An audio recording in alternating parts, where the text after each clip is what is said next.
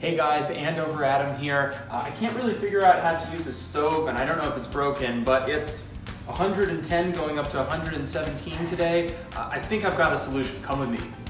All right, I think we found the perfect solution. It's nice and toasty out here. I'm just gonna lay this down.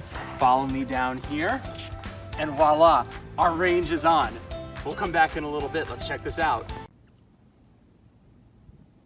Oh, we're going. Wow, okay, it's been 20 minutes. I've got an egg. I've got proper protection. Here we go. We're gonna crack this baby. Here we go. Oh! You just got it all over the... Oh my no. God, why did you do that? Why did I do that? Well, there's only one thing left to do. Oh my God, that's gonna make a mess.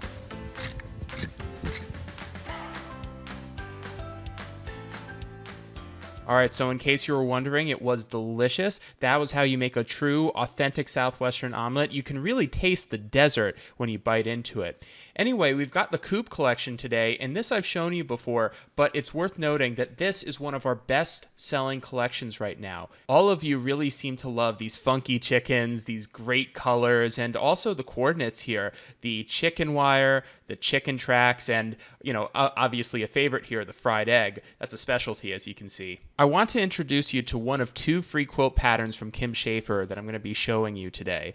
The first of which is this chicken scratch quilt, which I'll link to below. It's got great instructions, all the fabric requirements that you need, nice little quilt diagram so you can see the parts separated. And again, here's all the pieces and the lengths that you're going to need. For our second free quilt pattern today, I need to show you guys, reintroduce you to the Century Solids fabrics that we just came out with. You're making some incredible things using not just the Century Solids, but fabrics from our other Andover Fabrics designers. Take a look at this amazing Orbiter quilt pattern. It's a new quilt pattern from Libs Elliott. You can find it on her website.